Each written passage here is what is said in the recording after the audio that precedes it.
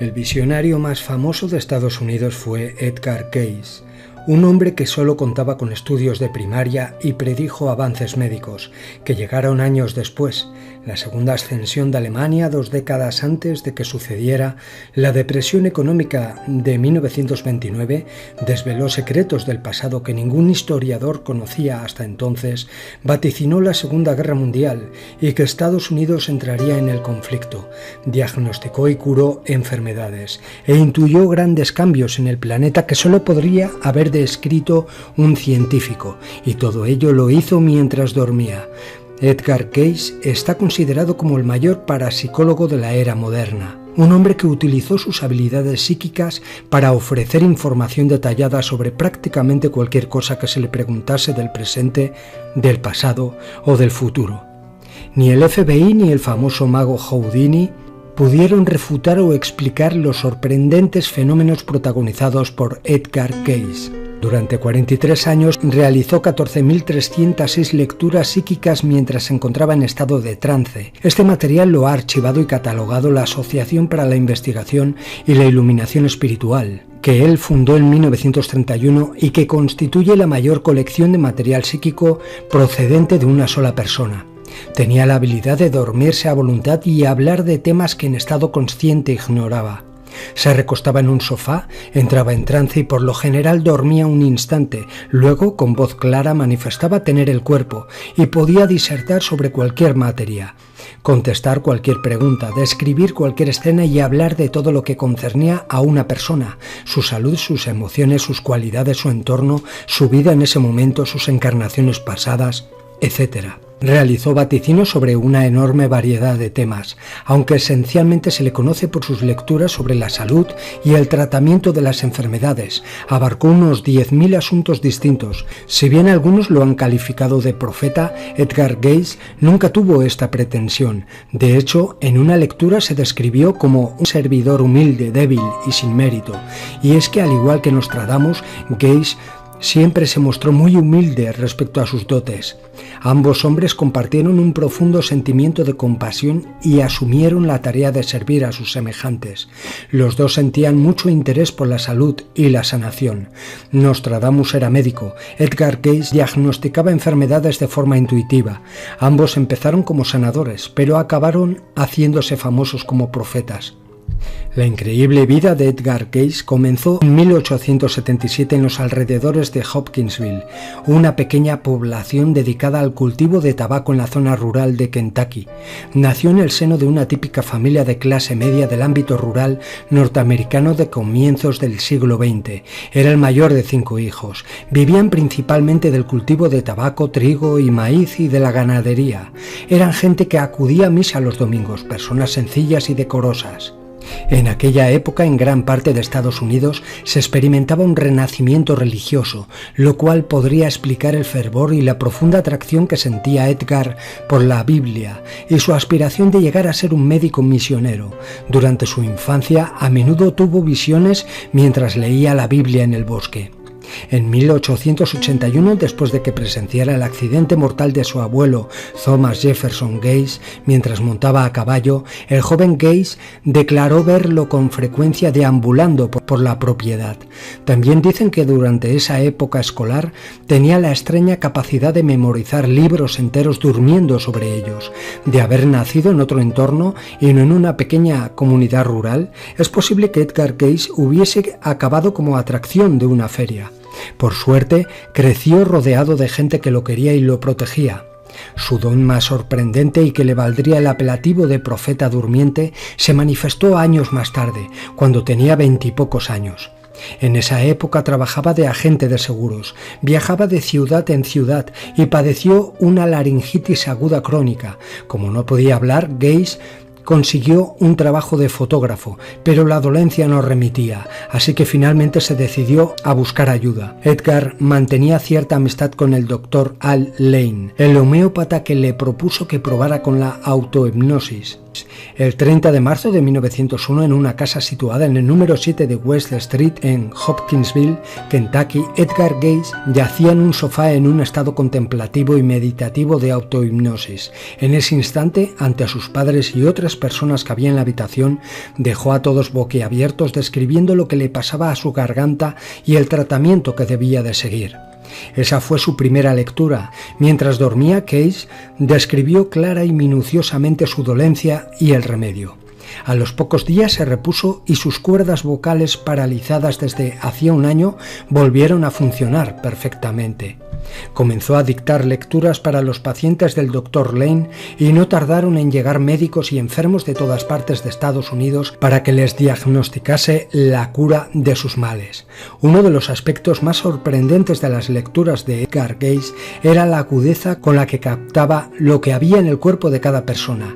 Leía el cuerpo humano como una máquina de rayos X y empleaba terminología médica, lo cual resultaba desconcertante. En 1905, Cayce explicó a los cirujanos cómo debían tratar la pierna de George Dalton, un vecino que había sufrido graves fracturas y a quien los médicos habían dicho que jamás volvería a caminar. Les aconsejó que unieran el hueso con un clavo. Fue la primera vez que se empleó un clavo en la historia de la medicina. En el verano de 1911, los médicos le dijeron a Cayce que Gertrudis, su mujer, padecía una tuberculosis grave y que iba a morir. Ella siguió el tratamiento que le recomendó su marido y se recuperó rápidamente. Entonces creó la Sociedad de Lecturas Psíquicas y empezó a realizar cada día lecturas sobre los problemas médicos más variados. Su fama como sanador no tardó en propagarse. En un extenso artículo sobre las facultades psíquicas de Edgar Cayce, publicado en The New York Times, los médicos mostraban su entusiasmo por él con los siguientes comentarios. Su empleo de la jerga de la psicología está a la altura de la de cualquier profesor de anatomía nerviosa, aunque al recobrar su estado normal carece de formación, sobre todo en lo que respecta a cuestiones médicas, quirúrgicas o farmacéuticas de las que no sabe nada. Cayce seguía un proceso muy sencillo. Se sentaba en un sofá, se aflojaba la corbata o el cuello de la camisa, se desataba los cordones de los zapatos, cruzaba las manos sobre su estómago y se relajaba. En un determinado momento sus ojos comenzaban a moverse durante 30 o 60 segundos y ese era el momento en que podía planteársele una pregunta. Solo necesitaba saber el nombre de la persona para la que realizaba la lectura y dónde se encontraba en ese momento. De ese modo podía tratar casos de pacientes que lo consultaban tanto en persona como por carta. Curiosamente, Cayce no recordaba nada al abrir los ojos, tanto si realizaba un diagnóstico como si recetaba un remedio o predecía el futuro. Pronto, algunos clientes se dieron cuenta de las posibilidades de su don. Según narra su hijo menor, Edgar Evans Cayce, la gente se aprovechaba y deslizaba una pregunta sobre qué caballo iba a ganar cierta carrera o qué iba a suceder en la bolsa, y él respondía. Mientras sus clientes se enriquecían gracias a sus predicciones, Cayce padecía inexplicables dolores de cabeza. Cuando intervenían intereses egoístas, era como si la pantalla del radar se volviese borrosa. Sus predicciones no resultaban igual de claras o precisas. En 1912, Cayce, desencantado, dejó Hopkinsville junto a su esposa Gertrudis y Hugh Lynn, su hijo. Se mudaron a Selma, Alabama. Allí trabajó de fotógrafo, explica su hijo menor, Edgar Evans, hasta que a mi hermano se le cayó una cerilla en una lata de pólvora de flash fotográfico y se quemó la cara. Todos los médicos aseguraron que no recuperaría la vista de un ojo, pero mi hermano le pidió a mi padre que hiciera una lectura. 2 semanas después, tras seguir los consejos de su padre, el ojo de Hugh Lynn estaba curado. Mi padre, dice Edgar Evans, se dio cuenta de que debía volver a ayudar a la gente, pero instauró una norma, según la cual mi madre sería la única que formularía las preguntas para evitar que se repitiera lo de Hopkinsville. En esos años sus clientes realizaban consultas de muy diversa naturaleza. A fin de reunir los fondos necesarios para construir un hospital, Edgar hizo numerosas lecturas para personas deseosas de encontrar petróleo en Texas. Los responsables de las prospecciones petrolíferas le visitaban para preguntarle sobre la situación de los pozos de petróleo. Eran predicciones en las cuales Edgar Cayce facilitaba informes casi milimétricos sobre las condiciones geofísicas de un determinado lugar y siempre acertaba. Sus predicciones sobre hechos mundiales que incluían fechas y descripciones detalladas de sucesos futuros son una prueba de sus poderes proféticos. Un día de 1925, cuando estaba en trance, un vidente le preguntó sobre el futuro económico y él contestó lo siguiente: habrá que tener cuidado ante las fuerzas adversas que surgirán en 1929 para que no salga perdiendo la entidad. Y le aconsejó que vendiera sus acciones. Así, según sus seguidores, Case predijo la llegada de la Gran Depresión con 4 años de antelación. En el año 1931 acertó al pronosticar el fin de la mala racha que castigaba el país un año antes de que sucediera.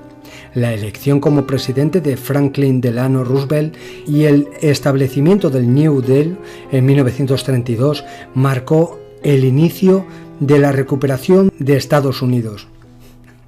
En la primavera de 1933 aseguró que se produciría una mejoría económica definitiva, tal como ocurrió.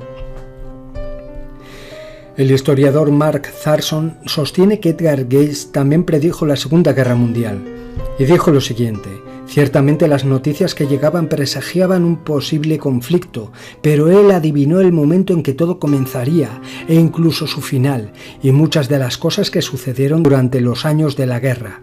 Las lecturas de Cayce también indican que es posible cambiar el futuro, una idea que compartía con Nostradamus. Lo cierto es que las predicciones de Cayce para el nuevo milenio son tan alarmantes como las de los profetas que le precedieron. Realizó predicciones espectaculares sobre cambios en el planeta, entre las que destaca la que se refiere a un cambio en el eje rotacional de la Tierra, lo cual sería catastrófico.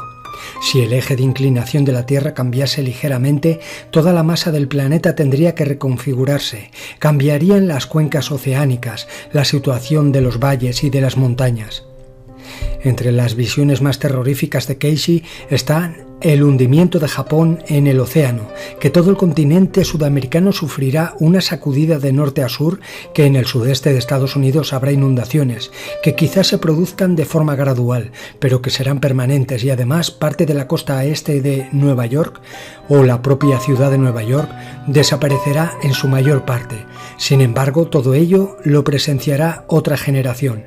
Por el contrario, la desaparición del sur de Carolina y Georgia llegará mucho antes. También profetizó que se sucederán erupciones volcánicas en regiones tropicales y en el borde del Pacífico, y habría que prestar especial atención a los mares del sudeste asiático y norte de Australia. Dentro de las predicciones de Cayce sobre la alteración de los polos electromagnéticos, declaró que los grandes lagos descenderían hasta el valle del Mississippi y que desde ahí llegarían hasta el Golfo de México. También señaló que en Europa se producirán repentinos cambios geológicos o climatológicos. En concreto, indicó que la Europa septentrional se modificará en un abrir y cerrar de ojos. En 1941 su profecía establecía que los lugares donde en esos momentos se desarrollaban las batallas de la Segunda Guerra Mundial estaban destinados a convertirse en océanos, mares y bahías. En aquellas fechas, la guerra afectaba en Inglaterra, Alemania y Ucrania soviética. Resulta sorprendente que Cayce, que no sabía nada en absoluto sobre la tectónica de placas, dijese que en el interior de la Tierra habría señales que nos prevendrían de la llegada del cambio de los polos. Habla de importantes cambios en el planeta que se irían haciendo cada vez más patentes a partir de 1958 hasta 1998. A partir de esa fecha la tendencia se haría todavía más pronunciada, por lo que sabremos que se acerca la alteración de los polos. En palabras de Cayce, se producirán levantamientos en el Ártico y el Antártico que provocarán erupciones volcánicas en las zonas tórridas. Nostradamus y Edgar Cayce también coincidieron en otro aspecto. Según Cayce, los trastornos sísmicos irán aumentando progresivamente, lo que coincide con la confirmación de geólogos y sismólogos acerca del incremento en todo el planeta del número de temblores, terremotos, erupciones, etc. Muchos profetas parecen coincidir en que se producirá algún tipo de desastre relacionado con el cielo, con las cosechas, con la subida del nivel del mar. Cada uno hace hincapié en un aspecto determinado, pero están de acuerdo en que se aproxima una fase de crisis evolutiva. Las tradiciones proféticas hablan de periodos de destrucción, de cataclismos, muertes, devastación. Básicamente esas predicciones son una advertencia para el ser humano sobre la necesidad de prestar atención a nuestra relación con el planeta Tierra Tierra, con la naturaleza y entre nosotros mismos. Edgar, por experiencia, sabía que no debía realizar más de 2 sesiones diarias, una por la mañana y otra por la tarde, porque acarreaba un gran desgaste emocional para su sistema nervioso. Pero no sabía decir que no, y eso supuso su perdición. Durante el verano de 1944 hacía 7 u 8 lecturas al día. En septiembre de 1944, Edgar, agotado, sufrió un derrame cerebral. Murió el 3 de enero de 1945 en Virginia Beach. Fue enterrado en Hopkinsville, Kentucky, su ciudad natal. En el exterior del cementerio una placa de bronce recuerda su trabajo. Al final, poco importaba si sus lecturas fueron acertadas o no con respecto a la historia de Egipto o de la Atlántida, o si dicha historia existió. En la actualidad, el material de Cayce sigue arrojando luz sobre numerosas materias. La información acumulada por Cayce ofrece un enfoque esperanzador e inspirador. Desde su perspectiva, nuestro objetivo no es simplemente esperar para escapar de la Tierra, sino que tenemos el reto de tomar conciencia del Creador en nuestras vidas y en nuestro entorno donde quiera que estemos.